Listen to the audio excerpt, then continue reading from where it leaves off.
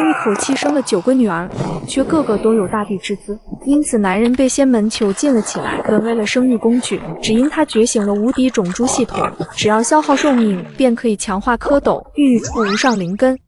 童子，你知道我每次和不一样的女人睡在一起的痛苦。再坚持250年，就可以将我提升到第2阶段了，忍忍就过去了哦。甘心先生，先生，今天该去上工了。他叫何青晴，是宗门专门为甘心这个种猪配置的上下班司机。今天又是哪家的女子？是罗家的千金，已经在床上等候了。林占文，我要提速了。很快，甘心来到了自己的房间，可房间内的女人却哭得特别凄惨。你出去，我不要和你同房。是了，不仅我是被强迫的，送来的女子也是被逼的，但我只是一个手无缚鸡之力的凡人啊。甘心没有多说什么，转身就走了。被囚禁的这10年里，他见过太多形形色色的女人了。甘心先生，你怎么这么快出来了？我和宗门之间只是做交易，他不愿意，我不会强迫他的。甘心先生，我愿意，您回来吧。这是为何？哪有这么多为什么？早播种早结束。与此同时，仙门又发现了甘心蝌蚪的小秘密。太爷爷，据我所知，甘心的第一任妻子是普通人，孕育的2个孩子是极品灵根，而他的第2任妻子是下等灵根，孕育的孩子则都是地品灵根。所以你是觉得只要在女方有灵根的天赋下，甘心和对方生的孩子灵根天赋也会更好？太爷爷英明。咱们家族灵根最好的女子目前是什么品级？如果是未婚的家族女子，灵根最好的是下等火木灵根。如果推测不错的话，下等灵根只能生出地灵根，那么天灵根必须是中等或者上等的女人才能孕育出来。已婚的呢？是如玉姑姑。如玉呀，那丫头丈夫都死了100多年了，也没个子死，与未婚没区别。把她叫来吧。何姑娘，工钱1天1结。甘心先生辛苦了，这是1000块零食。刚刚的普通女子只能用10年寿命强化蝌蚪，1块灵石可以增加1年寿命，算下来又赚了990块灵石，多余的就存着准备给系统升级吧。你就是甘心？那好，自我介绍一下，我叫颜如玉，你跟我进来吧，我赶时间。抱歉姑娘，我与宗门谈好了条件，1个月只配1次。你敢拒绝我？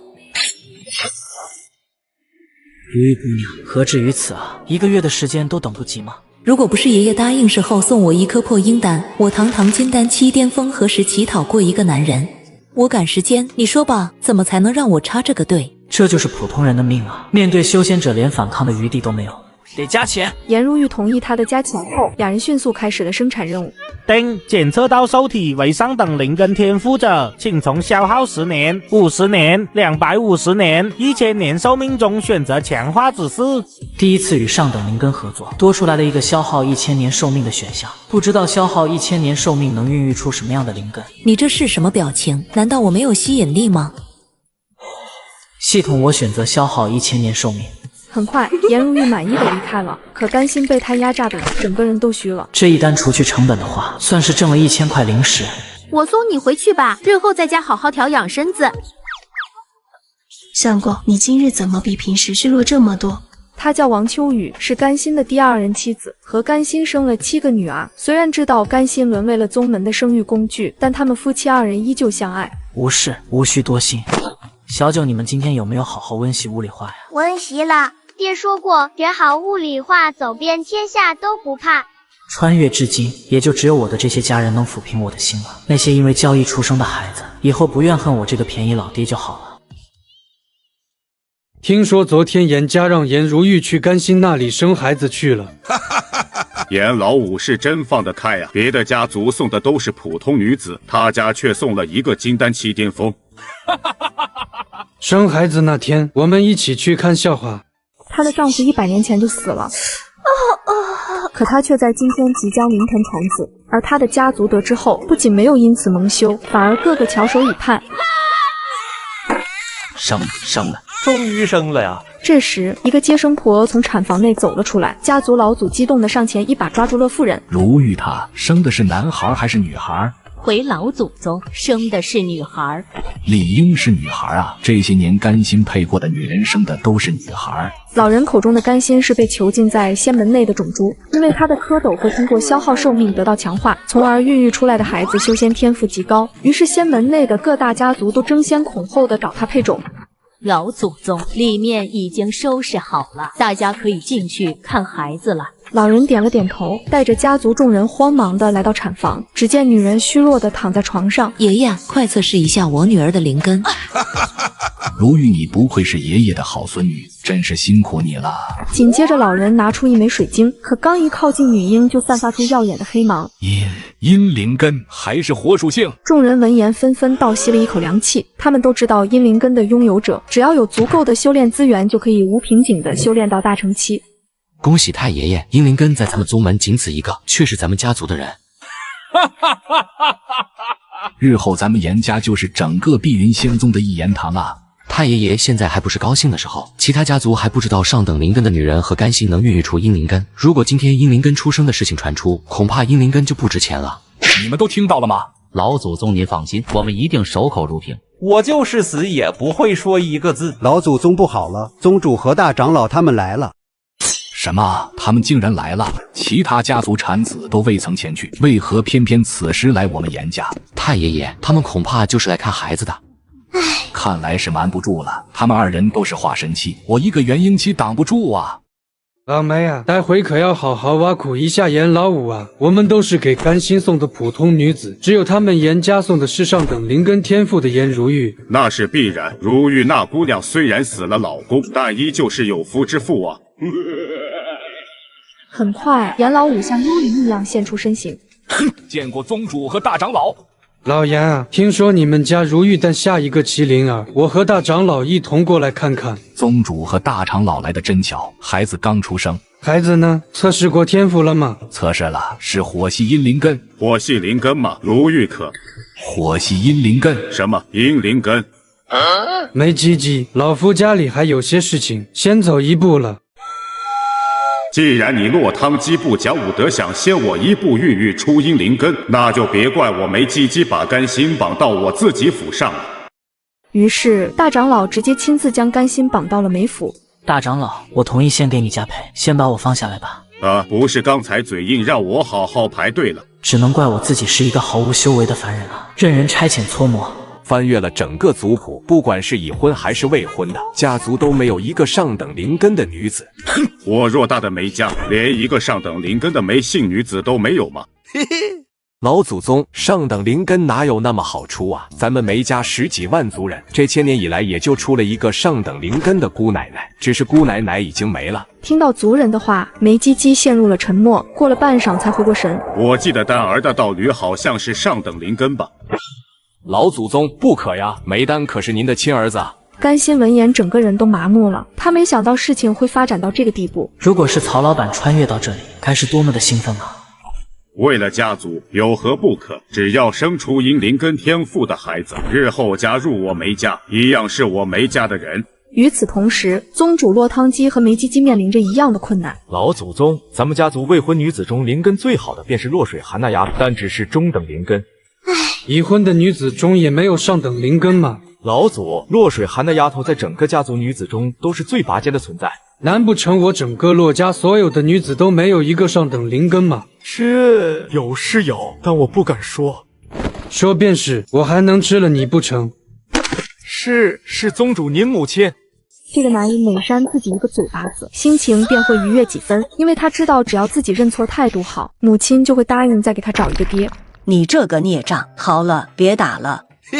娘，您同意去和甘心孕育阴灵根的孩子了吗？他不仅想给自己找一个爹，还想再要一个兄弟姐妹。只因他口中的甘心可以通过寿命强化蝌蚪，从而孕育出来的孩子修仙天赋极高。老朽不染世尘都已经3000多年了，岂会因你一句想再要一个阴灵根，就答应你这无理的要求？娘，严家的颜如玉已经从甘心那里孕育出来了阴灵根。如果我洛家没有阴灵根，那我的宗主之位和爹打下来的江山就保不住了。在宗主落汤鸡的死缠烂打下，老妇人终于开始动摇了。你怎么确定我的上等灵根和甘心一定能培育出阴灵根的孩子？这10年中，宗门各大家族的普通女子因为甘心孕育出来的孩子都是极品灵根，而上等灵根的颜如玉诞下的孩子则是阴灵根。一个颜如玉不能说明什么，万一是运气好呢？绝不是运气的原因。我调查过，甘心与没有灵根天赋的前任妻子孕育的都是极品灵根，而现任妻子是下等的灵根天赋，因此孕育的都是低品灵根。老妇人久久无言，她只感觉到天旋地转，避世3000余载让她有些看不清这个世道了。与此同时，大长老梅吉吉终于让人给甘心松了绑，因为甘心接下来要伺候梅吉吉的儿媳妇了。丽丽，我给你介绍一下，这位便是甘心先生。爹，我和梅丹希望未来孩子长得精致可爱，他这么丑能行吗？甘心简直不敢相信自己的耳朵，紧接着他掏出一把镜子。甘心就是帅啊！大长老，我只保证孩子天赋是阴灵根，其他的保证不了。还有灵石价格要从1000涨到5000。什么玩意？你的蝌蚪是金子做的吗？还5000灵石，你怎么不去抢呢？如果给不了这个价格，孕育出的孩子不是阴灵根，怨不得我。什么？你难不成还可以控制灵根的品级吗？大长老没有丝毫犹豫就同意了，因为在他眼中5000块灵石换一个阴灵根的孩子简直太划算了。爹，给的太多了，他这个长相明显不值这个价格。丽丽，带甘心先生去房间吧，价格的事情就不要在意了。丽丽没有再说什么，带着甘心走进了房间。可一进房间，丽丽就开始作妖了。把刚刚的灵石分我一半，不然今天我让你后悔进入这个房间。你威胁我？我堂堂筑基大修士，威胁你怎么了？我虽然是一介不义凡人，但我同样是碧云仙宗的希望。你敢伤我，就算大长老也保不住你。对甘心来说，每一块灵石都是用汗水换来的，这比他的命都重要。真是有骨气呀！你给我吃的是什么？今天就让你知道什么叫做辣手摧花。救命！救命！别放我！别放我！一眨眼，半天过去了，可房间里面的动静还未停止。宗主母亲看着这一幕，心情十分复杂。不应该了，一个毫无修为的普通凡人，就算体力再好，也不可能如此这般了。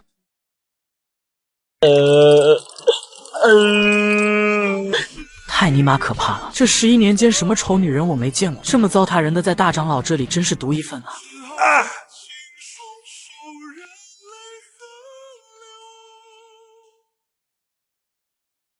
婆婆，我这是被你捡了。是啊，小伙子，老朽见你晕死在了路边，顺手为之而已。谢谢婆婆出手相助，小子简直感激不尽啊！该死的丽丽，用完就把我随手一丢，他日我系统进化第2阶段必报此仇。小伙子，你就是甘心吧？婆婆难道认得我？听说碧云仙宗请来了一位德高望重的凡人先生，为宗门孕育灵根。我见你体内精气不足，又如此虚弱，想必你就是了。婆婆真是慧眼，我确实是甘心，但您有所不知，我是被抓过来的，并不是请来的。真是辛苦你了，可为了宗门的发展，还请甘心先生多担待些。甘心闻言沉默许久，可老妇人接下来的话让他吓了一跳。其实老朽也想要一个阴灵根。老妇人花了5000灵石，只想让这个小伙伺候1天。老朽也想要一个孩子。她曾是屹立在山巅的女帝，可如今年老色衰的她，突然想要一个孩子。婆婆，您不是开玩笑吧？甘心先生为碧云仙宗孕育出这么多孩子，难道老朽作为碧云仙宗的人没有这个机会吗？甘心害怕极了，他对于之前丽丽的折磨只有恨意，可面对年迈的老妇人，他的心都提到了嗓子眼。是嫌这5000灵石少吗？不够我可以再加的。婆婆不要再说了，虽然我与贵宗有交易在身，但我有我的行为准则，孙老爱幼更是我的立身之本。原来你不是嫌灵石少啊，是嫌我年老色衰对吧？甘心没有回答，他怕评价了老妇人的容貌会有性命之忧。虽然老朽已有4000多岁了，但在这修仙界依旧是如花似玉的年纪。婆婆，这件事还是让宗主定夺吧，恕小子难以从命。我就是宗主他娘，况且这件事还是我那好大儿跪着求我来做的。那宗主他爹就没有意见吗？那个老东西早就死了。甘心面如死灰，这下他连最后的挡箭牌都没有了。婆婆，我身体已经承受不住了这么大的打击了。好了，不与你开玩笑了。我只是懒得维持自己的容貌罢了。甘心转身看去，哪里还有刚才的老妇人？这个简直就是她的菜。婆婆，你这是叫什么婆婆？韩姐姐。虽然您变成这样，我心里没了负担，可我刚刚在梅府已经被压榨的没东西了。宗主母亲知道甘心的虚弱，便随手丢给他一颗丹药，这是补气丹，服下后就可固精排元。甘心感受到了丹药上面温和的气息，没有犹豫就吞入了腹中。随后他感觉自己又醒了。姐姐，你来吧。等甘心回到家，已经是2天后了。因为那枚丹药原因，让他没有感觉到任何疲惫。甘心先生，这些天您去哪里了？周家都急坏了。算算时间，确实该轮到给周家孕育孩子了。不过你回去告诉他们一声，所有单子都推后1个月。先生，这样不妥吧？没有什么不妥的，我已经和宗主他母亲打过招呼了，你按我说的做便是。何青青很错愕，不明白甘心这几天不见，怎么就和宗主母亲搭上关系了。先生，您是怎么认识的宗主母亲？随后甘心将所有的事情经过告诉了何青青。什么？您说上等灵根的女子可以和您孕育出阴灵根？甘心点了点头。得到确认后的何青青再看向甘心的眼神都变了。先生您忙吧，我先走了。何青青啊，何青青，你怎么能对小师妹的亲生父亲动心思呢？唉，青青，来我这里一下。竟是师傅的声音。恭喜师傅闭关结束。他叫柳如歌，是碧云仙宗的3长老，同样是甘心大女儿和2女儿的师傅，也是将甘心从凡俗中绑到仙宗的罪魁祸首。我闭关11年间，宗门可有大事发生？师傅，也没什么大事，只不过小师妹的父亲为咱们宗门孕育了112个极品灵根的孩子。怎么会这么多？也不多啊，1个月才1个，况且柳家也才生了6个极品灵根的孩子。你怎么知道这么清楚？因为这件事就是我在负责，并且每个月接送甘心先生上下班。青青，你怎么能做这种事？你知道这在凡俗间叫什么吗？师傅，我一开始也不想做的，但是他们给的太多了。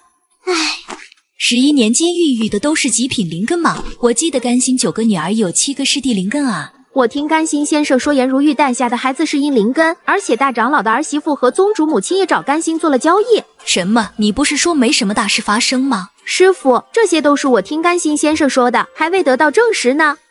证实？你怎么证实？那可是阴灵根啊，谁会到处宣扬？柳如歌现在特别后悔当初没有把甘心囚禁在刘府。甘心先生可有与你说过孕育阴灵根的办法？好像说是上等灵根的女人可以孕育出阴灵根的孩子。原来如此啊，青青，我记得你是上等灵根吧？女人深夜悄悄翻进院墙，来到熟睡的男人身旁。我操，你谁啊？老祖，他已经送到您的床上了。青青，我知道你怕和甘心同房惹来闲话，为师已经帮你送到了床上。可徒儿突破不了心里的防线啊！甘心先生毕竟是小师妹的亲生父亲。青青啊，你都已经64岁了，难道不想要个阴灵根的孩子吗？何青青没有说话，她心情十分的复杂。阴灵根的孩子对她很有吸引力，但面对师妹的亲生父亲，她多少有点下不去手。为师家族内没有上等灵根的女子，你难不成想让为师和甘心去同房吗？徒儿不敢，师傅是极品灵根，孕育阴灵根确实大材小用了。青青啊，咱们作为修仙者呢，不必拘泥小节。等你有了孩子，你就闭关1年，等诞下孩子你再出关，这样除了师傅就没有人知道了。对啊，这件事情只要做得神不知鬼不觉，除了我和师傅，谁又能知道呢？待会再蒙上甘心先生的眼睛，那他也不是小师妹的父亲了。柳如歌看出了何青青的心动，随即一锤定音。甘心先生现在就在我的房间，你去吧，为师在这里等着你的好消息。何青青羞愧地点了点头，于是来到了师傅的寝宫内。只见床上的甘心依旧昏迷着，随即他用布条蒙住了甘心的眼睛，然后拉上了帘子，打开了自动模式。次日，甘心从自己床上醒了过来，昨夜的感觉他记忆犹新。妈的，是周家还是林家？不就是把所有孕育孩子的单子推迟了1个月吗？用得着大半夜翻墙吗？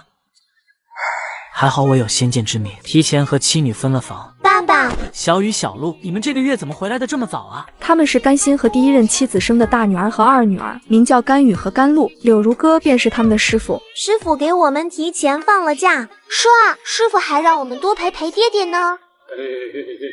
你们师傅人还怪好嘞。那是当然了，师傅对我们可好啦。王婶婶呢？怎么不见王婶婶？你王婶和你们八妹九妹还在睡觉呢。平常你九妹睡得晚闹腾嘛，你王婶就得陪着她睡得晚。爹爹，你最近怎么样？我看你都瘦了，是不是没好好吃饭啊？甘心成为宗门种猪的事，除了他第二任妻子知道，目前9个女儿都还被蒙在鼓里。你是又嘴馋想吃爹做的土豆炖坤了吧？哇，二妹就是个小馋猫。小雨、小鹿，你们回来了呀？婶婶好，婶叔好。太好了，今天小雪、小田、小新、小婵、小婉都会回来，咱们一家人可以吃个团圆饭了。一晃3个月过去了，何青青的肚子有了动静后，接送甘心上下班的司机就换成了柳如歌。从今天开始，青青就不来负责你的工作了，以后你的工作由我负责，我修为高一些，可以更好的保护你的安全。甘心点了点头，对与谁来接他上下班，他没有什么意见，因为有意见也没用，仙门不鸟他。三长老，我这份工作还希望您替我保密，不要让我的女儿知道。放心吧，这件事你女儿不会知道的。那就多谢三长老了。很快，甘心来到了工作的房间内，可当他看到那个熟悉的身影，就忍不住的想退后。只是一瞬间，他就感觉身体被禁锢一般，动弹不得。怎么，见到我那么害怕吗？这次我又不是插队。如玉姑娘，您多想了。哼，过了，伺候我。甘心无奈的点了点头，于是这一点头就是1天1夜的汗如雨下。等他走出房间后，双腿忍不住的打摆子。区凡人竟能顶得住金丹7巅峰的压榨，还算不错。甘心没有理会柳如歌的嘲讽。系统到底还差多少灵石可以升级？快了哦！快了！你特么倒是说个数啊！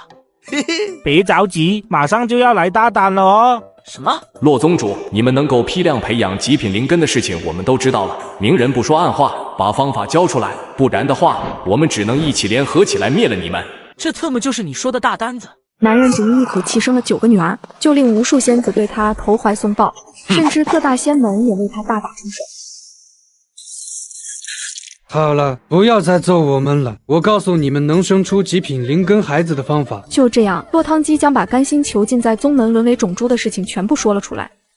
你确定一个凡人有这本领，还能百发百中？你若是不信，可以派一位女子前来一试。不必了，我看你也不肯撒谎，除非你们碧云仙宗10个月后想被灭宗。碧云仙宗100多个极品灵根的孩子对3大仙宗来说压力太大，他们为了不被拉开距离，只想尽快让甘心给他们配种。妈的，还想着3大仙宗在确认的期间让甘心多配几个呢？这下没戏了。还希望3位道友一定要好好保密呀，实在是狼多肉少啊。放心好了，这一点肯定比你做得好。你们已经有100多个极品灵根的孩子了，未来3年你们配种的机会就让给我们吧。落汤鸡本想拒绝，但一想到打不过对方，只好无奈的点了点头。还好他们不知道甘心能孕育出阴灵根，这样的话，等日后我宗门阴灵根成长起来，势必将他们踩在脚下。怎么这1年内全是普通女子啊？这一次1000块灵石要攒到什么时候？你们家族不想要天赋更好的后代吗？什么意思？你不知道你如果有灵根，就能诞下更好的灵根子嗣吗？我不知道啊，你这句话是什么意思？接下来，甘心与他从头到尾解释了一遍，这让女人很是震撼。你是说只要女子的天赋灵根越好，诞下的孩子天赋灵根也会更高？是的。工作结束后，女人回到了自己的仙门，就把这件事告诉了宗主。妈的，这碧云仙宗不老实了，必须要找他们要一个交代。于是男人联合其余2宗，再次前往了碧云仙宗。在实力的压迫下，碧云仙宗又让出了1年的甘心使用权。得到满意的赔偿后，3大宗主回到仙门，立即开始了配种大业。宗主，我皇坤峰的月蝉是上等灵根，让他去吗？宗主，我弟坤峰的沉木丸也是上等灵根。宗主，我是极品灵根，另外我1000多岁都没有孩子，我也想要个孩子，就让我去吧。女人的话把所有人都吓了一跳，都不由得看向她身边的男人。四长老，你没有开玩笑吧？怎么，我不能要孩子吗？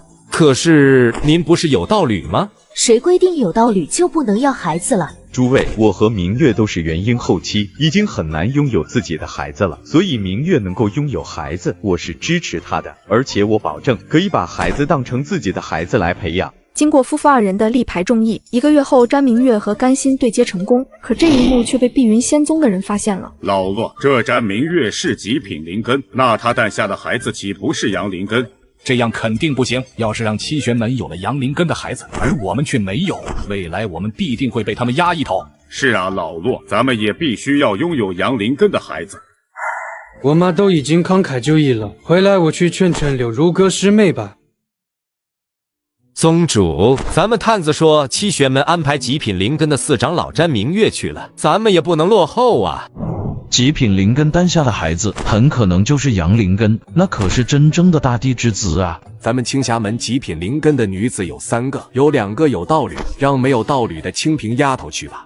杜特，清平那丫头才16岁，年龄太小了，还是让我去吧。我800岁了，也想要一个孩子，而且我道侣也同意。可另一个极品灵根的女人不同意了，双方一怒之下大打出手。宗主见此一幕，叹了一口气。2位，机会并不是只有一次，后面还有很多，我看就先让6长老去吧，下次7长老再去。与此同时，瀚海仙宗中依旧是争执不已，幸好宗门老祖宗站了出来。我25000多岁了，至今没有一个成器的后辈，所以还是让我去吧。听到这话，所有人都是面面相觑。怎么不行吗？我可是地灵根。这个女人每次折磨完男人，都会丢下一笔丰厚的报酬。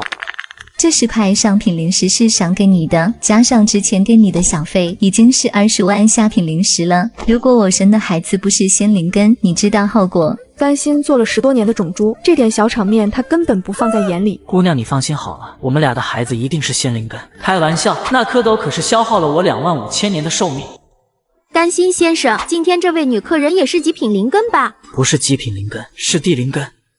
那地灵根可都是能活几万年的老妖怪啊！您的身体能受得住吗？根本承受不住啊，亲戚，得加钱啊！没有10万灵石，我可能很长时间没办法配合仙门孕育孩子了。何青青闻言吓得急忙来到了宗主的府邸。宗主，这次要10万灵石。我操！这他妈配了个什么玩意，能要10万灵石？应该是瀚海仙宗的老祖宗地灵根的天赋。哎呀，地灵根，那可是能孕育出仙灵根的孩子啊！何青青闻言直接吓得晕了过去，幸好落汤鸡一把扶住了她。青青，你怎么了？我和甘心先生孕育的阴灵根孩子不值钱了啊！青青，你先送甘心先生回家休息，灵石后面我会亲自送去。我找你师傅有点事，先走了。哎，师兄今日怎会有如此雅兴来这边做客？如歌师妹，你可知道今天甘心服务了一位何等天赋的女子吗？师兄不必再来劝我了，我和甘心是不可能一起孕育孩子的。落汤鸡不顾柳如歌的拒绝，将瀚海仙宗老祖宗来孕育孩子的事情说了一遍。哼，老祖宗、地灵根、仙灵根的孩子，师兄莫不是开玩笑？师妹如若不信，可以和我一起去找甘心确认一下。师兄来备坐骑。你还有坐骑？我怎么没听说过？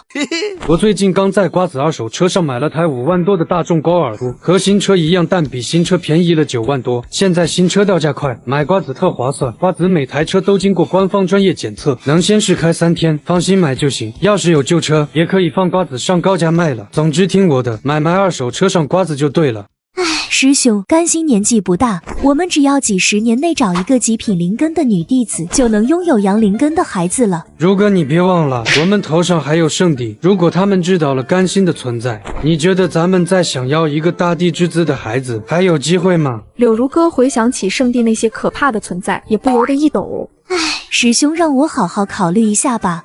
是该好好考虑。如果我是个女人的话，肯定要一个仙灵根的孩子。话毕，落汤鸡大笑着扬长而去，留下柳如歌呆愣在原地。这该如何是好啊？毕竟是青青孩子的父亲，我难不成也要学青青那一套？一转眼，3年之期已到，3大仙宗对碧云仙宗的约束解除了，今天碧云仙宗也可以和甘心孕育孩子了。3长老，怎么又是您来送我上宫？青青姑娘呢？柳如歌听到这话吓了一跳，她生怕甘心看出端倪。青青这个月有事请假，所以我来送你一次。那就多谢3长老了。甘心先生冒昧地问一下，极品灵根的女子可不可以孕育仙灵根的孩子？系统提升第2阶段后，确实可以让极品灵根的女子孕育出更高天赋的孩子。就算是普通女子也可以孕育出仙灵根，但消耗的寿命也相对更高了。可以是可以，但是付出的代价很大。柳如歌闻言又惊又喜，能有多大代价？这个就要消耗上亿的下品灵石了。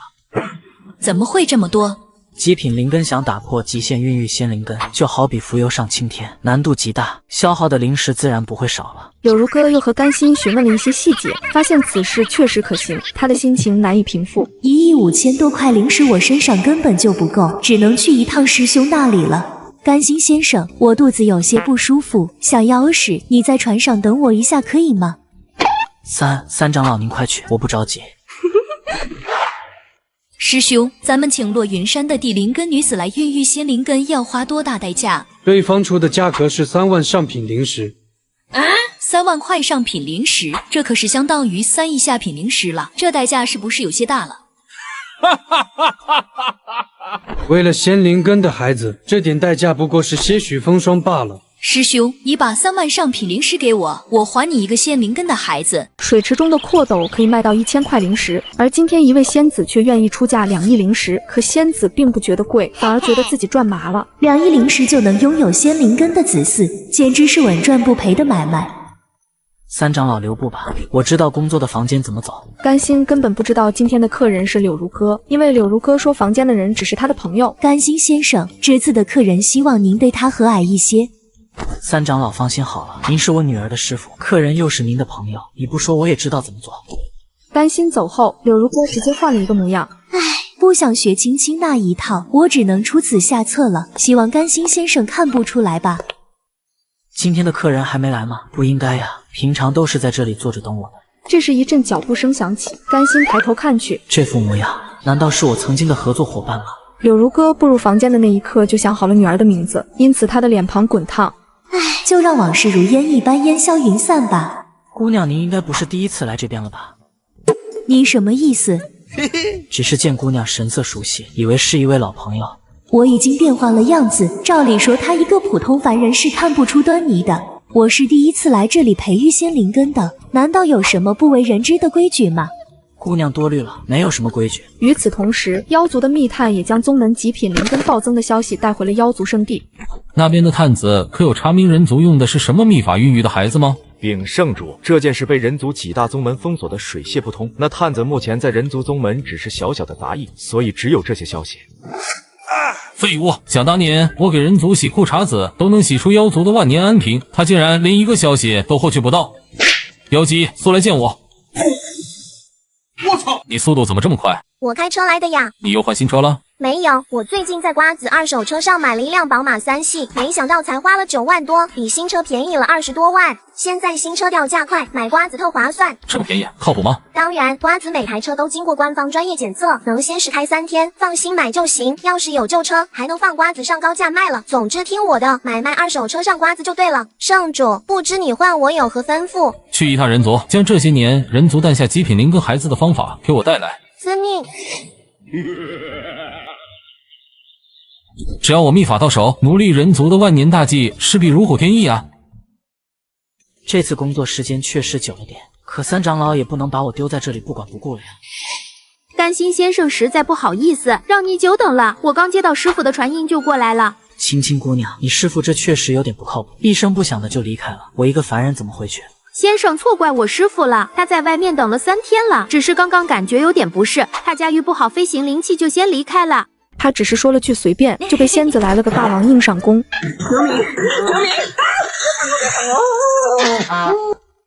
师妹成了吗？是仙灵根的孩子吗？现在还不知道，只能等10个月后才能知道是什么天赋。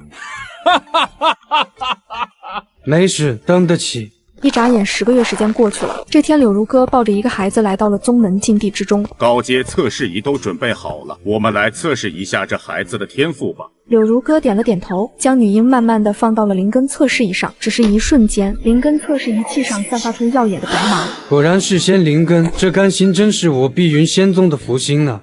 这些年我们通过其他宗门挣了不少灵石，尽快安排宗门内的女子去甘心那里孕育仙灵根吧。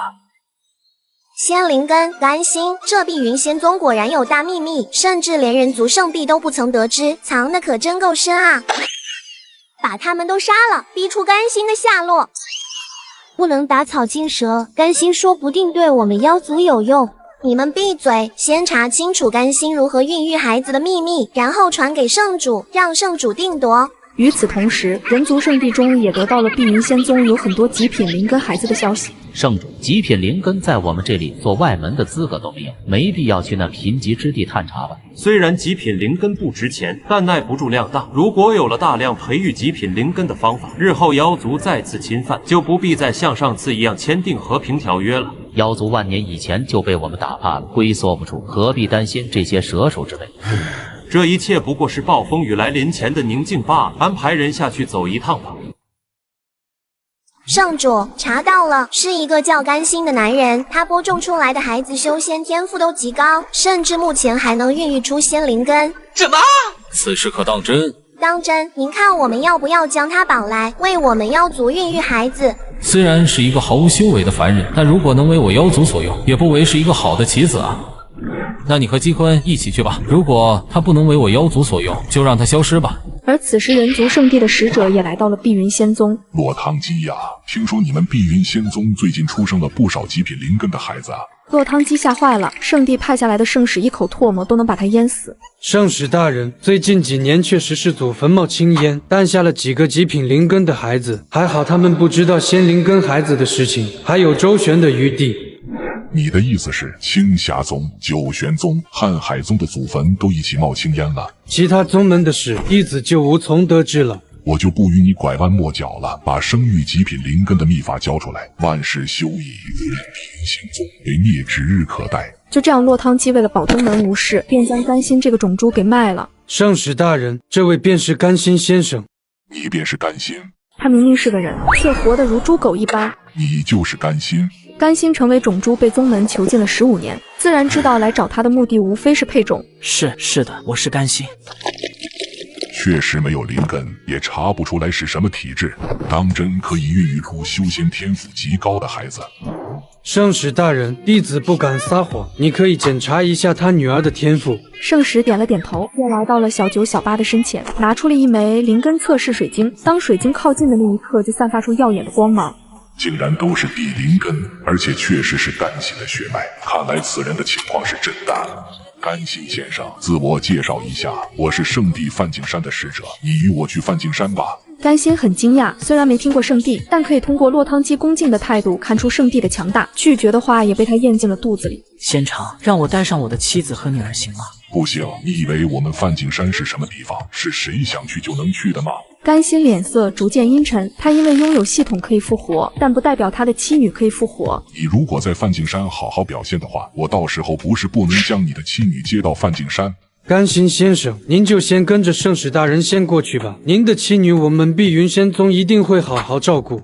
面对圣使的大饼和落汤鸡的劝说，甘心无可奈何。秋雨，对不起，你们一定要等我回来。相公在外一定要照顾好自己，我会照顾好孩子们的，你不用挂念家里。甘心溃不成声，18年的相濡以沫，是他在这个世界上唯一的一束暖阳。小八、小九，你们一定要在家乖乖听话，等爸爸来接你们。就这样，甘心与圣使乘坐非洲离开了。可1天后，他的院子里来了2个不速之客。这男人竟然不在家，应该是给碧云仙宗孕育孩子去了。你仔细听，这户人家有人在哭。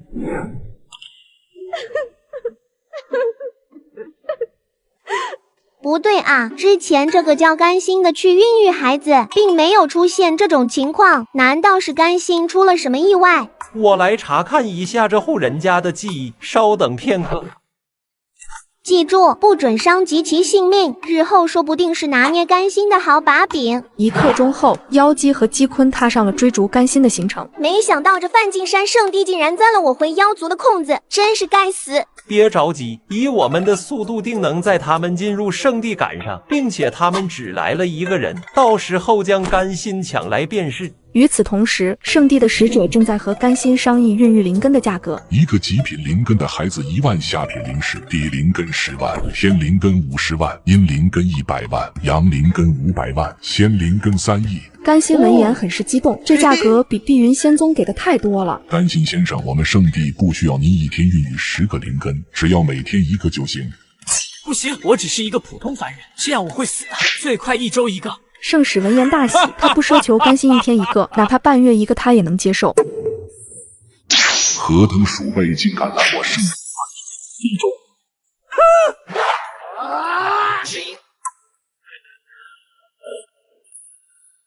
妖族你们好大的胆子，竟敢越过雷池！我来拦住他，你去将甘心捉来。万年前的和平条约，你们妖族想要撕毁不成？难道不怕我人族的大军压境吗？自身难保，多说无益，受死！我操！妖姬接下来怎么办？他们人族用心险了，还藏着一个大乘期，现在与我们实力不分上下。尽我们最大的努力，将甘心带回妖族。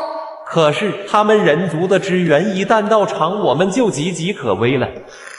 如果甘心不能为我妖族所用，就让他永远消失吧。唉，可惜了，将战场拉远，我用心神将甘心永远留在此地。姬坤点了点头，两人开始分工合作。片刻之后，甘心身处一片黑暗之中。这是什么情况？我怎么无缘无故的进来系统空间中了？恭喜宿主已经死亡。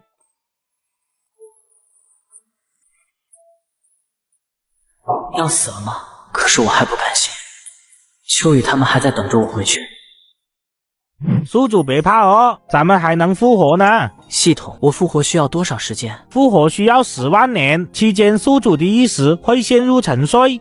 什么？10万年？10万年后早已物是人非，秋雨和女儿们估计就不在了。系统能消耗灵石缩短复活时间吗？无法缩短时间，但是你可以通过消耗灵石提升子嗣的灵根。那秋雨呢？秋雨只是一个凡人，10万年后他就不在了。这次系统没有回答他的问题，于是他只好开始强化9个女儿的灵根。除了小8、小9因为灵石不够提升到了阳灵根，其余的7个女儿皆是仙灵根。系统开始复活吧，希望10万年后你们都还在。1天后，甘心去世的消息传回了碧云仙宗。甘心先生在去圣地的途中被妖族袭击，遇难了。王秋雨听到噩耗，身子一软，瘫倒在了地上。不可能，这不可能！父亲一定不会丢下我们的。小雨，你一定要稳住道心，事情已经发生了，节哀顺变。小雨，停下来。不要打扰他，他有突破的迹象。话音刚落，甘雨周围的灵气急速汇聚，宛如汪洋一般汹涌，霎时间天地皆暗。呀！大乘期连破3级，我甘雨在此以天道立下誓言，来日妖族之地寸草不生。大姐，还有我们。自此人族与妖族兵戈相向5万多年，直至妖族灭亡。复活了，10万年就这么过去了。来了，恭喜宿主复活成功。10万年的时间，9个女儿不出意外应该都成长起来了。就在甘心感慨的时候，一辆车停在了他的面前。别动，大姐！我操，这还是修仙世界吗？哪来的车呀？这是我最近在瓜子二手车上买的一辆大众高尔夫，没想到才花了5万多，比新车便宜了8万多，但开起来跟新的一样，买瓜子特划算。这么便宜，靠谱吗？靠谱啊！瓜子每台车都经过官方专业检测，能限时开3000，放心买就行。要是有旧车，还能放瓜子上多站买。总之听我的，买二手车上瓜子就对了。难道是因为我给女儿们补习的物理化的原因，导致修仙界发展到这种地步了？墨迹什么呢？把值钱的东西交出来，不然让你去见太老。甘心无奈掏出了1两银子，他生怕再沉睡10万年。就这么1两银子，你他妈大发叫花子呢？不信你们搜。2个劫匪闻言立刻欺身而上，片刻钟后，劫匪只翻出一只裤衩子。妈的，这裤衩子多久没洗了？味道真他妈大！给我闻闻。擦，给我闻。甘心见状连忙溜了。太危险了，这2个土匪指不定有什么大病，晚走一会儿估计就人间悲剧了。宿主放心，这2个人只是对裤衩子情有独钟，对你没想法的。系统，你能不能让我修炼了？不然我要这长生有何用？本系统再次升级后，可以解决你修炼的问题哦。甘心闻言放心了很多，女儿的庇佑总归没有自己实力来的安心。系统帮我查看一下女儿们的信息。宿主的女儿还有28个，其中你疼爱的9个女儿都还在，除了小8、小9是渡劫后期，其余的7个女儿都是人仙后期。9个女儿竟然都还在，系统，那可以帮我定位我女儿的位置吗？我没这个定位大地的本领。对了，现在科技发达，有手机，而且女儿们这么强大，网上肯定可以查到信息。宿主，最后1两银子刚刚被抢走了，你现在好像连裤衩子都没有了。没事，我可以去先洗盘子挣钱。我觉得你完全可以从事老本行，这样来钱快。我女儿还没寻到，万一再被人囚禁起来，我吃不消啊！与此同时，一位靓丽女子远在千里之外，突然有一股熟悉的感应，好浓郁的血脉感应啊！竟比和肝与甘露的感应都要强烈，与母亲一般。照理说，自从母亲去世后，就不该出现这股强烈的血脉感应，看来得去探查一番了。女人卖力地跳进水池中，只为吸引附近男人的注意。救命啊！荒山野岭之中，女子呼救这个桥段好像有些熟悉啊！抱歉了，姑娘，君子不救。这人傻逼吧？谁家女子落水不来一个英雄救美啊？如果不是搜魂对你没用，我柳如烟何须如此这般？到时你若不是我那便宜老爹，看我不把你活剥了！不对，我一个手无缚鸡之力的凡人，他如果想要害我，不可能如此这般演戏啊！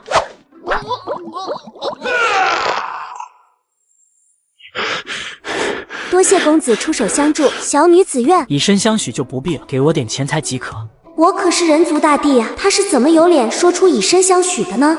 这是10块上品灵石，还望公子不要嫌弃。10块上品灵石，姑娘您是修仙者，怎会落入水中啊？我刚刚筑基成功，没把握灵气消耗，在空中飞行，不小心落入了水中。原来如此，姑娘既脱离危险，那在下就先离去了。等一下，还未请教公子尊姓大名呢？甘心思索一番，最终还是把真名说了出来。甘心竟然与我10万年前的便宜父亲一个名字，血脉感应也如此强烈，难道是其他人的诡计？抓回地宫严刑拷打一番，是不是亲生父亲就一目了然了？如果此人的身份是真的，那他的女儿可不止你一个，尤其是那9位，个个都是战力爆表的大帝。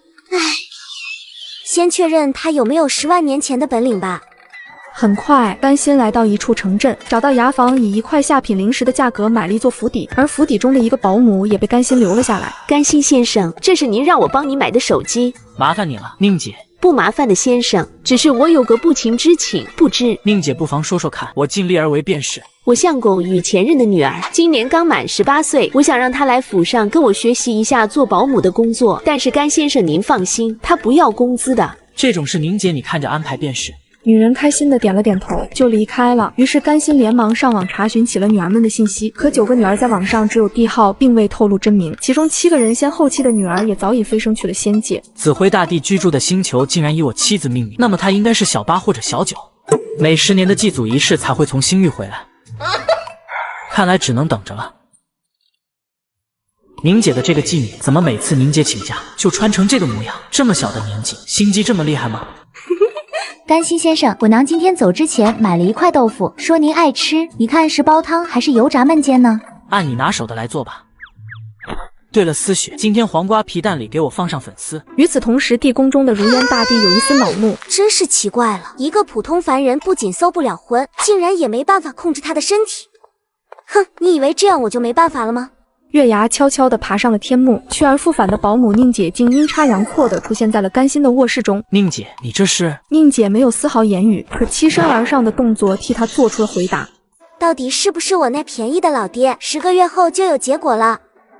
好像1个还不够，万一是运气好呢？还得再测。次日，宁姐带着行李一早就离开了，只留下了贺思雪。先生，对不起，我娘亲她好像是中邪了。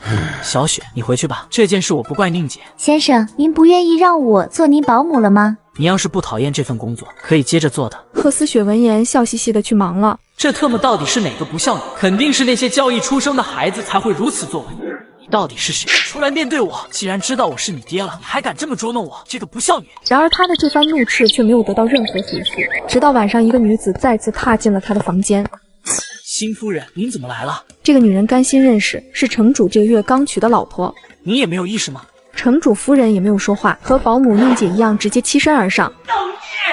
男人每天一睡觉，房间内就会莫名出现一位女子，沟通2个半小时后就会准时离开，即便他的房门紧锁也无济于事。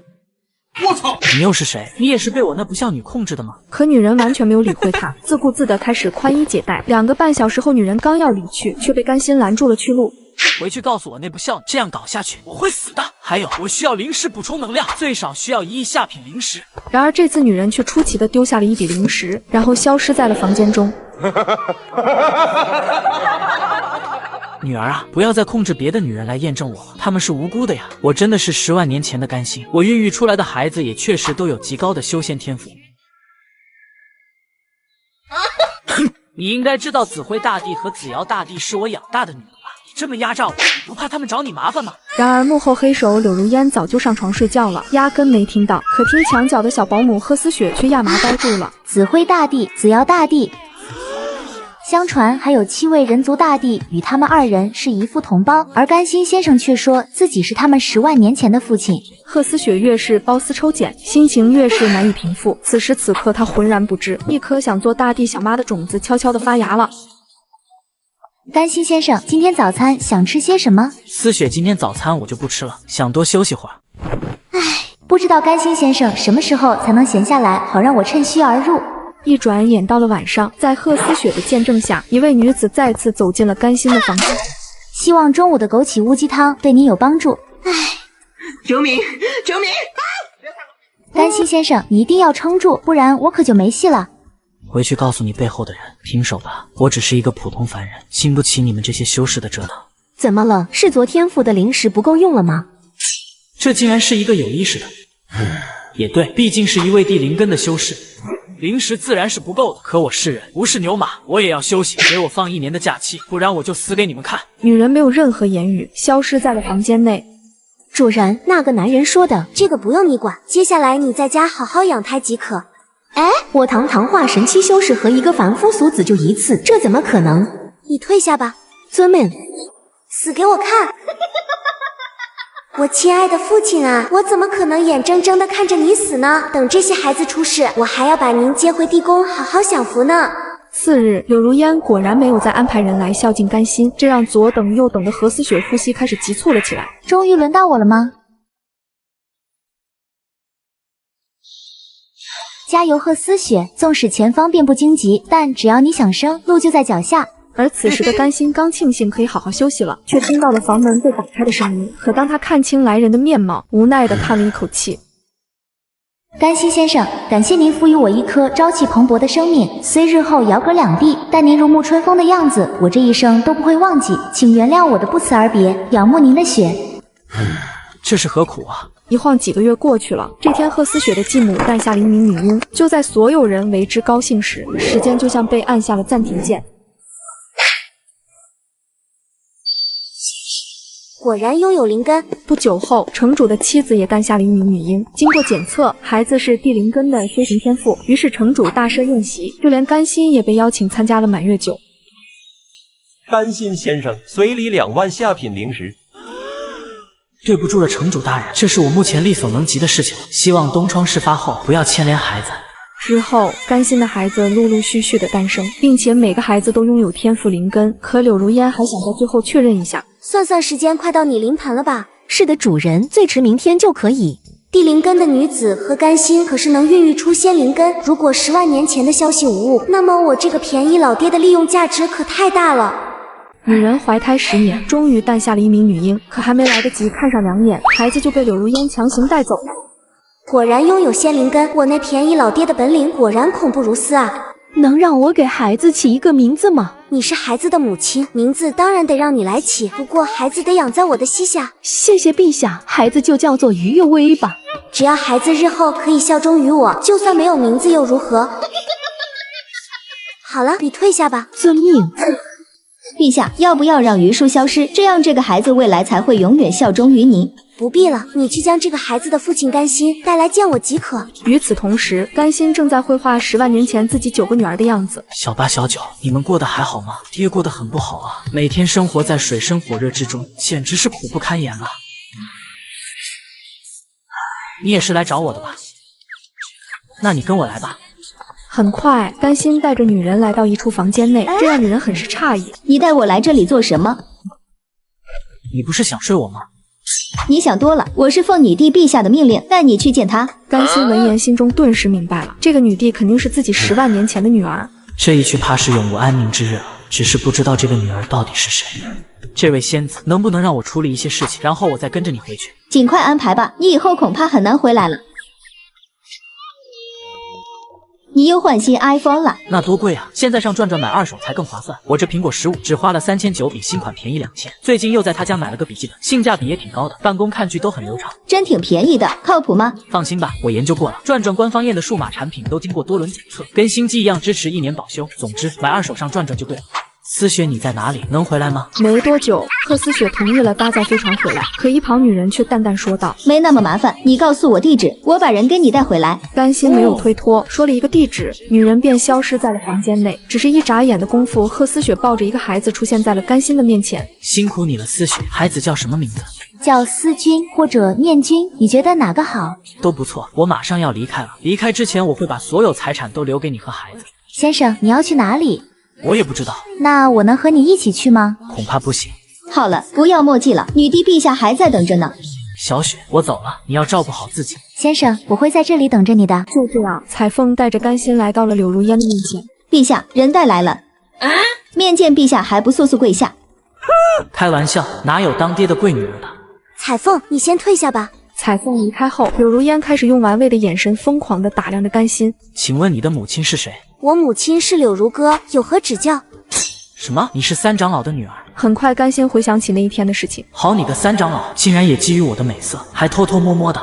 你就是柳如烟吧？柳如烟点了点头。对于甘心可以猜出她的名字一点都不意外。如烟大帝柳如烟，人尽皆知。我能问一下，我家小八甘梦晴和小九甘梦琪，他们现在是什么大帝称号吗？甘梦晴是紫辉大帝，甘梦琪是紫瑶大帝。能不能麻烦你帮忙通知一下我家小八和？不能。啊？为什么？没有为什么。我怎么说也算是你的父亲吧，你就不能？不能。那你想干什么？甘心一点都不带怕的，就算柳如烟实力恐怖如斯又如何？自己可是他亲爹。我很好奇，10万年前你在去往梵净山的路上被妖族杀得连灰都没有了，你现在是怎么活过来的？10万年前我是死了没错，可怎么复活的我哪里知道啊？莫非是他体质的原因？10万年前就有很多人猜测他拥有特殊的体质，可以消耗寿命孕育灵根子嗣。女儿啊，你看能不能？不能。柳如烟，我可是你亲爹，这样是不孝顺的。你信不信我杀了你？哟呵！来，给你杀！别忘了我养大的9个女儿，当年为了给我报仇，可是横推了整个妖族之地。你不怕背上弑父的名称和他们报仇，就来呀！柳如烟目瞪口呆，她只是想出言吓唬一下而已。看来想拿捏一下这个便宜父亲有些难度。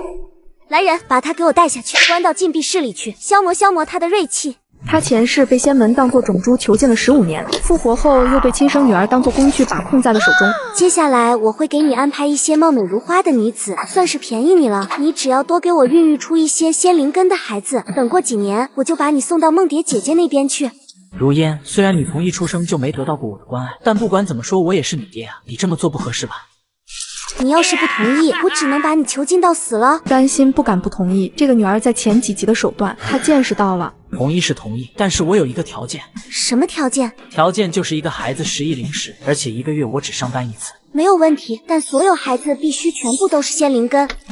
那如果是这样的话，你安排的也必须是地灵根女修才行。哦，那如果是天灵根的女修，你岂不是可以孕育出比仙灵根更好的孩子吗？不能，仙灵根已经是极限了，留也不给你这个不孝女说。那好吧，你要是能孕育出一个仙灵根的孩子，我就给你10亿灵石。你得先给我10亿灵石，我要先吸收灵石，然后才能孕育出仙灵根。柳如烟点了点头，只是一挥手，1000枚极品灵石便浮现在了甘心的面前。1000枚极品灵石相当于11下品灵石。你有空间道具？一直都有啊，怎么了？给我看看。看不了，这是我天生自带的。哼，来人，带他去1号客房。系统10亿灵石我吸收完了，快给老子升级！老子非要教训这个不孝女。没问题的哦，请宿主耐心等待15天哦。柳如烟柳如烟，你既然敢让你的手下和为父玩 cos， 那么就别怪为父升级后心狠手辣。半个月匆匆而过，系统顺利来到了第3阶段。童子，这第1个功能血脉信息强化是干什么用的？宿主可以检测到拥有自己血脉的子嗣，并且可以强化这些后辈们的灵根天赋。我后代子嗣竟然有32亿多，10万年的发展与传承，32亿不算多的，宿主还需再接再厉哦。再多有屁用啊！有几个能孝顺我呀？赶紧说气运收集和继承哪个功能可以让我有修为吧。在特么话里，我带你一起沉睡。气运收集的意思是宿主可以回收后辈死亡后剩下的气运值，而继承则是宿主可以继承后辈死后的1/1000的修为。继承后辈死后的1/1000的修为，这特么听着怎么不对劲啊？让你躺着升级，你还不乐意了？你只要把你的这些后辈都熬死，他们1/1000的基业都是你的。与此同时，一个炼气大圆满的修士刚好寿终正寝，随后系统面板上出现了一点修为值，甘心毫不犹豫地选择了继承，然后他便感觉到身体中出现了一丝真气。童子，我难道不能削弱子嗣的灵根吗？我看这系统面板上面柳如烟是阳灵根的天赋，我记得我当初给3长老合作的是仙灵根啊。消耗10万亿灵石让我提升第4阶段，说不定会有这个功能哦。甘心直接炸毛了，10万亿灵石是升级第3阶段所需灵石的1万倍。那特么好好的仙灵根怎么变成阳灵根了？我哪里清楚，10万年那么久，也许是因为受伤，也可能是因为不孝顺吧。甘心没有过多的计较，懒散地度过了一天。可他在打开系统面板，却发现修为值高达500多，于是他直接突破到了炼系期5层，随后第2天直接突破到了筑基。金丹期竟然需要1万点修为值，那么按照每天500修为值来算，大概需要200天，但按照每个境界翻10倍的话，修炼到渡劫期就需要5万多年。这特么32亿后代远远不够啊！可靠我自己的猴年马月，看来得给后代们上动力了。系统，接下来只要是我的血脉后裔出生，都安排为下等灵根。如果后裔本身就拥有天赋灵根的话，直接3连强化，没有问题。宿主还可以调整灵根出生比例哦。那就中等灵根出生比例调整成1/10，上等灵根1%，极品灵根1/1000。这样的话，宿主每个月都要充值6000万灵石哦。不过这对你来说洒水啦。一眨眼1个月过去了，甘心的修为直接突破到了金丹初期。在系统的隐藏下，柳如烟并没有发现异常。这是10亿下品灵石，你去候着吧，待会陈木婉会去找你。有了这笔灵石，就可以给小8小9强化到仙灵根了。姐，我的灵根突然进化到仙灵根了。什么？你也进化到仙灵根了吗？难道姐姐你也有仙灵根？女孩8岁丧父，10岁丧母，如今10万01岁，却冥冥之中感觉亲爹诈尸了。姐，爹活过来了，真的活过来了。胡说什么？爹10万年前就死了。那你怎么解释我们突然从阳灵根变成仙灵根了？唉，虽然爹死的那天，我们9个姐妹的灵根都得到了提升，但这不能代表我们现在提升到仙灵根与爹有关。毕竟爹都死了10万年了。是啊，爹都死了10万年了，怎么可能复活？然而他们口中的爹正在被柳如烟当作工具差事搓磨。九妹，我想娘亲了，咱们一起去柳如烟管辖的区域去看看娘亲吧。再去看最后一次吧，我提升到了仙灵根，感觉马上就要飞升仙界了。好，那我们安排好家族，就通过传送阵出发。陛下，泽辉大帝和子瑶大帝要来我们太荒星祭祖了。怎么突然要来祭祖了？虽然老头子的血脉感应被我隐藏了，但为了保险起见，还是得拖延一下，必须让老头子万无一失地完成任务才行。彩凤，你去将整个恒云星系的传送阵都给我破坏掉。彩凤遵命。这下老8老9来太荒星就得费个几年的时间了。哎呦我去，这传送阵怎么传送不了？还电人呢？姐，整个恒云星系的传送阵都瘫痪了。这个柳如烟到底在做什么？身在其位不谋其政，给他传音让他亲自去修。柳如烟，你干什么吃的？整个恒云星系的传送阵都能瘫痪，我八姐说让你亲自去修，修不好头给你打歪了。九姐，你让八姐放心，我马上亲自去修。可恶的老八，从小就欺负我，等我的仙灵根大军成长起来，也让你尝尝自己秘制的小汉堡。于叔，我离开之前，你给我把甘心看好了，每个月的播种计划，你一定要给我盯紧。姐，这下怎么办？如果我们飞过去，没个4、5年根本到不了。没事儿，姐开车带你过去。你又买新车了？哪有，我最近在瓜子二手车上买了台21款的特斯拉 Model 3，没想到只花了9万9，比新车便宜了13万多，但开起来跟新的一样。现在新车掉价快，买瓜子特划算。这么便宜，靠谱吗？当然，瓜子每台车都经过官方专业检测，还能先试开3天，放心买就行。现在去瓜子搜车好省，你也能9万9买特斯拉，千万别错过了。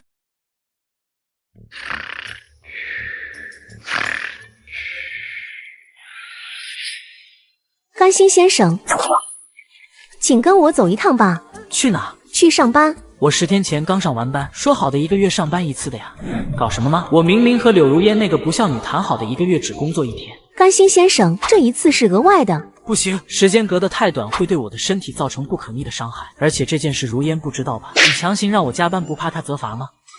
甘心先生，实不相瞒，这次是我想再要一个仙灵根。你上次不是得了1个吗？紧接着于叔将15集发生的事情说了出来。柳如烟呐，柳如烟，你真是大逆不道啊！别人的孩子你都能抢走。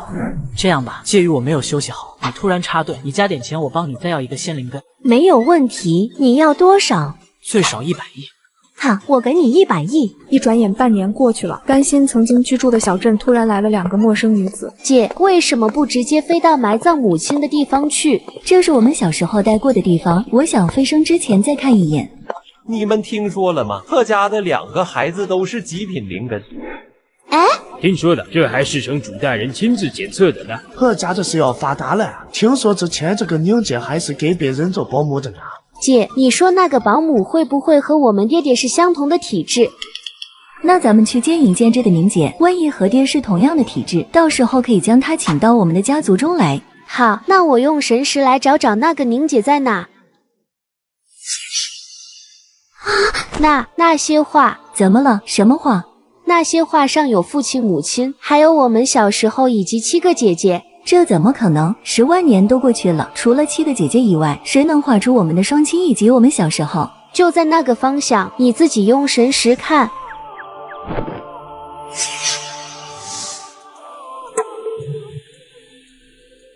男人被女儿当作工具囚禁在手中，本以为一生无望自由，殊不知另外2个女儿正在寻找他的踪迹。这些画是爹爹，一定是爹爹画的。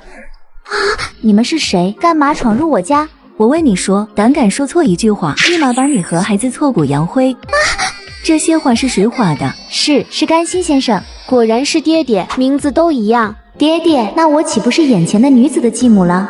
九妹，你别激动，说不定这是柳如烟搞的恶作剧。他敢如此，我把他头给拧下来当球踢了。你叫什么名字？你身旁孩子的父亲是谁？我叫贺思雪，孩子的父亲也是甘心先生。姐，可以检查一下这个孩子和我们是不是相同的血脉？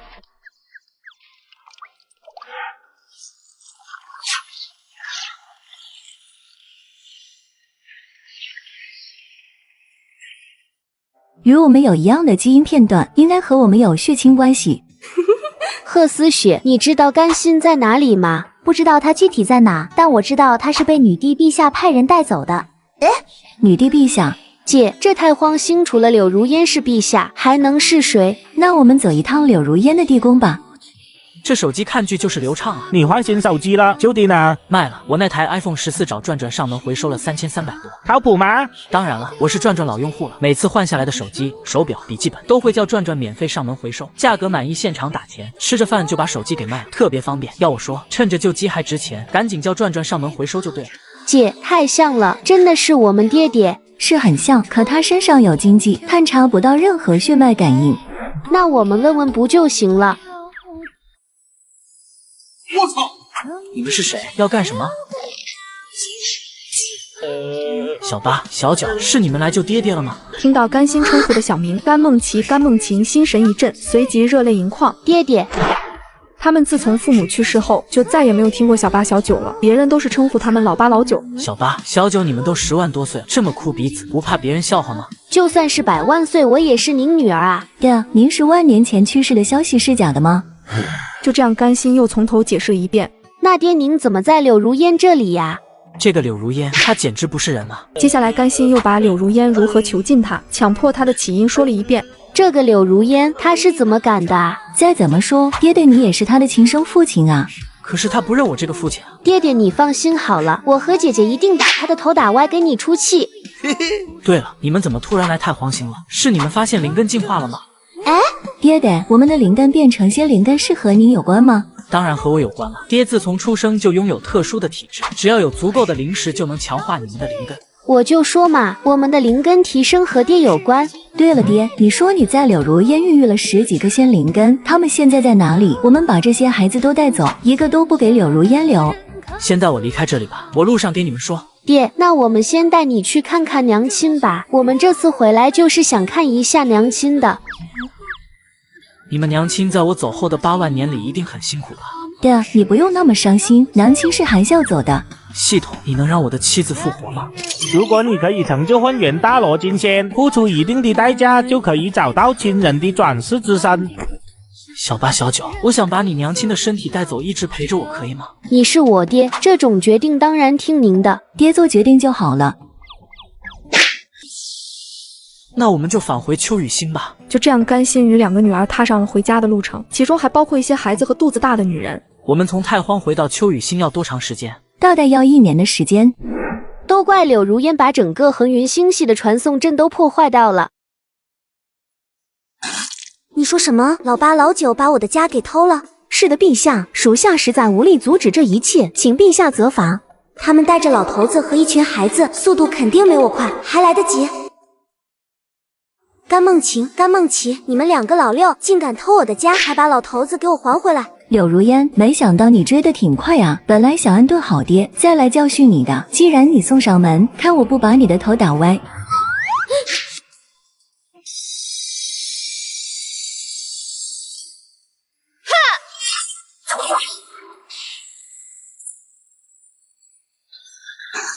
不讲武德，上来就放大招！8姐，别再拔了，真秃了。柳如烟，你强迫咱爹给你找小吗？难道没想过如今的下场吗？8姐，我错了，我真错了，我再也不敢了。现在知道错了，早干嘛去了？你看把爹糟蹋成什么样了，兽骨嶙峋，双目无神。该死的老头子，你是真能装啊！我好吃好喝的伺候你1个月，还给你安排一个贴身侍女，你就这么给我拱火？你给我等着！8姐，仙灵根和老头子我不要了，你放我走吧。哼，放你走。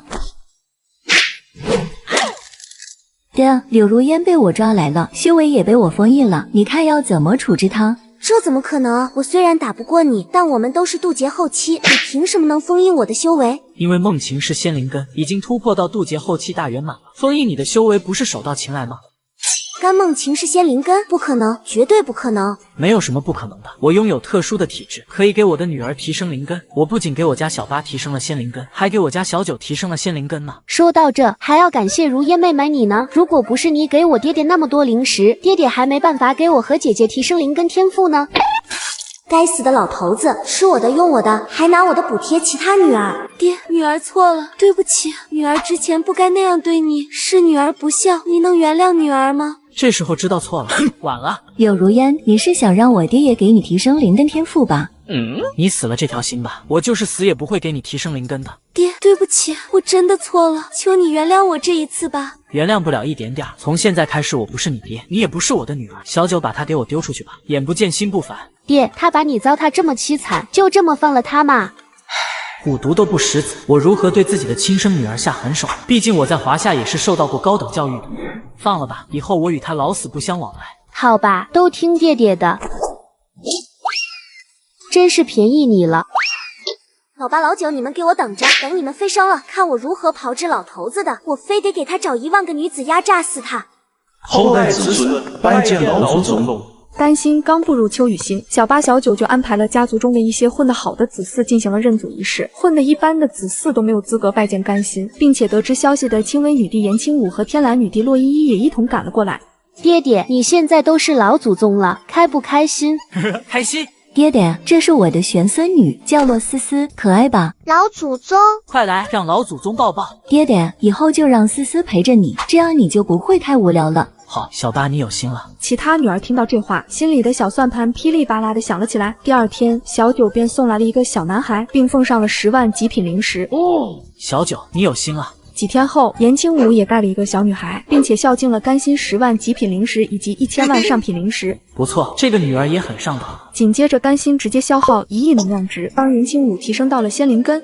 谢谢爹。不用谢，你是我女儿，我给你提升灵根是应该的。爹，那你能帮飞升仙界的女儿提升灵根吗？你是说你妹妹颜清灵吗？颜清灵是甘心和颜如玉交易的第2个女儿，也是飞升女儿中唯一一个不是仙灵根的存在。只要是我的亲生女儿，不管身在何地，我都可以帮她提升灵根。那爹能不能帮我妹妹也提升一下灵根？当然可以了。谢谢爹爹，你放心，我后面一定给你弄更多的灵石。半个月后，天蓝女帝洛依依也提升到了仙灵根。不久后，柳如烟也闻着气味寻了过来。爹，柳如烟带了10万极品灵石过来，想给您赔礼。10万极品灵石怎么了？我差他那点灵石吗？不见，我也不会给他提升灵根，让他死了这条心吧。好的，爹爹，我这就把他打发走。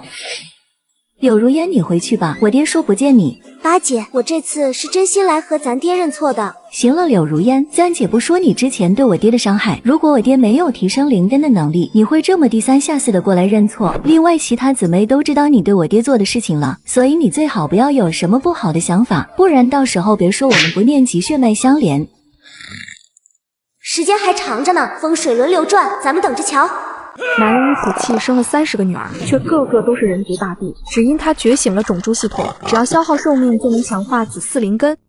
系统，我灵石存了10年，现在能兑换多少寿命？按照1比1换算的话，可以兑换15100年寿命。自从这几个女儿认祖归宗后，竟然孝顺我这么多灵石了，看来得回馈一下他们，这样他们才会有动力孝顺我。系统，仙灵根后面可以进化到什么灵根？仙灵根可以进化到后天神魔根角、先天神魔根角以及混沌神魔根角，这3种根角又分为上中下3等，而且从仙灵根提升到下等后天神魔根角只需要11年寿命。甘心了解清楚后，立即把几个女儿都换到了身边。我已经存够了让你们其中一个人提升的灵石，这次便可以让你们其中一人提升到下等神魔根角。你们谁想要第一个提升灵根？闻言，几个女儿眼睛皆是一亮，随即都看向八姐甘梦琪。爹啊，这次提升我的灵根吧。不错，你们能不争不抢，爹很是欣慰。只要你们让为父存够1万亿灵石，都有机会提升灵根。紧接着，甘心便消耗11寿命帮小八提升了灵根，可小八却没有发现任何变化。直到7天后，整个地宫乌云密布。太强了，我感觉我现在一拳能打死柳如烟。话音刚落，一股骇人的力量便开始在小八上方汇聚。雷姐。八姐，你这是要渡劫成像吗？姐，你这是怎么回事？快压制修为啊！说好的咱们一起飞升仙界的。这灵根太霸道了，我控制不住。我操！大意了，按照我目前化神期初期的修为，没有小八小九的庇护，天知道柳如烟那个逆女如何炮制我。小九飞升之前，我一定要有自保的能力才行。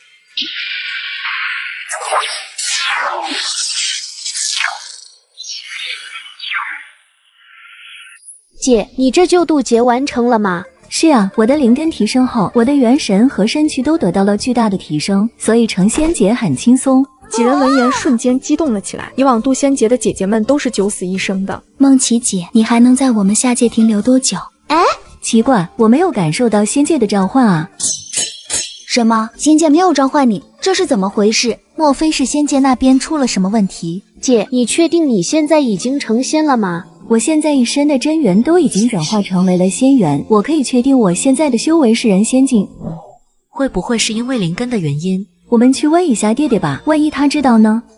很快，甘心就从女儿们口中得知了这一变故。系统，为什么我女儿度过成仙劫后，却没有被仙界接引？因为下等神魔根角属于神魔，不受仙界规则约束。你的女儿如果想要去仙界，只能自己飞过去。自己飞过去？那仙界的位置在哪里啊？随后系统便将仙界的位置告知了甘心。小八，仙界没接引你，确实是因为你的灵根，但是你可以飞过去。紧接着，甘心告诉了他们仙界的位置。咦，竟然是那个地方！大姐在飞升前去那片区域游历过一次，她当初告诉我，她越靠近中间位置便越心悸。唉，那就等我处理完所有后事再前往仙界吧。对了，爹，你之前不是说只要是你的女儿，不管在何地都能给她提升灵根吗？那我的灵根等我飞升仙界后再提升吧。众女儿闻言眼前一亮，纷纷要求甘心等他们飞升后再提升。没问题，只要你们每人能给我凑齐15000亿灵石，我就帮你们提升到下等神魔根角；凑够10万亿灵石，我帮你们提升到中等后天神魔根角。对啊，如果我们想提升到混沌神魔根角，需要多少灵石？混沌神魔你们就不要想了，哪怕是把整个修仙界的灵石搜刮给我都做不到。爹爹，你给我们报个价码，我们衡量一下。是啊，混沌神魔根角听起来就很屌，爹说个价格吗？下等混沌神魔根角需要10万兆灵石。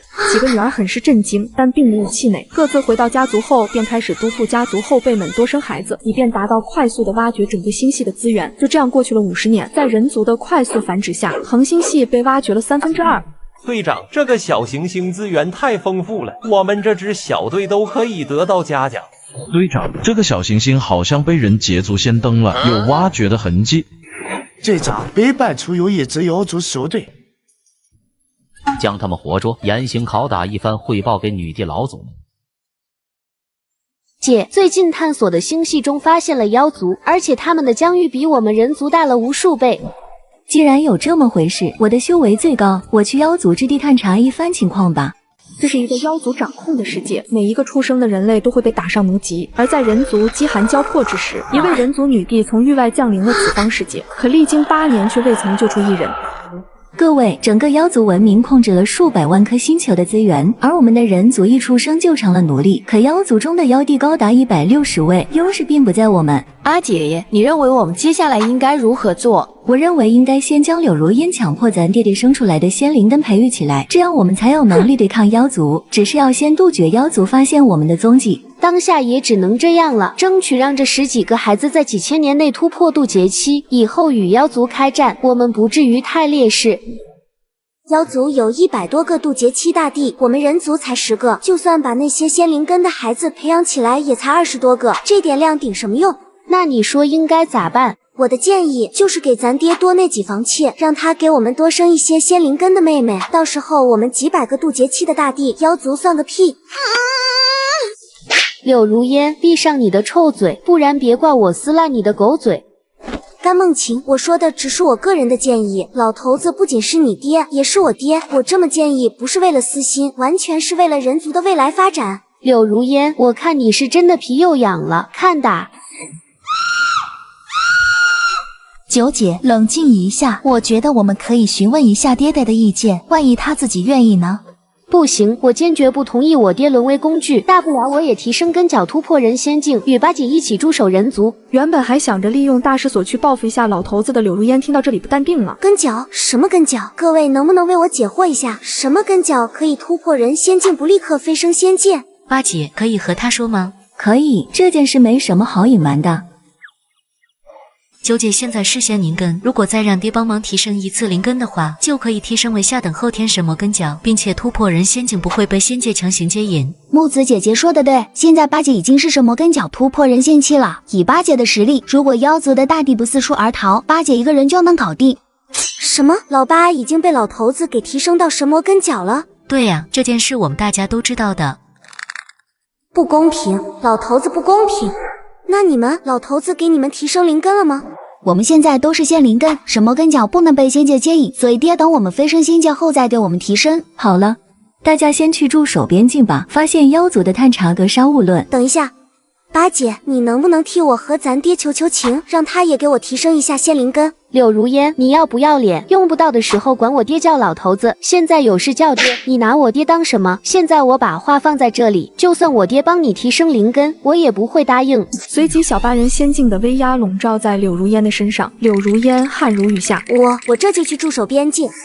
人族的未来就靠我们了，务必不要让任何妖族发现我人族的生命星球。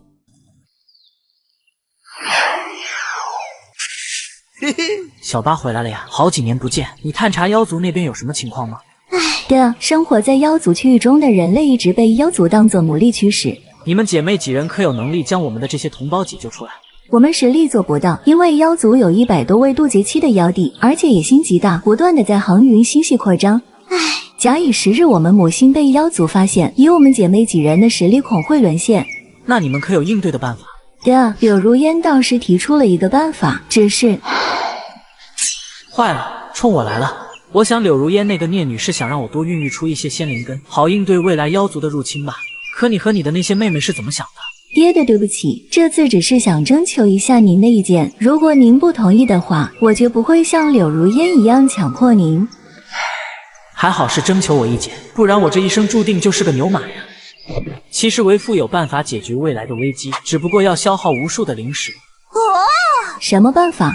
你们的后代如果拥有极品灵根，我可以消耗灵石帮他们的灵根提升4次，达到阳灵根；如果是地灵根，可以提升为仙灵根。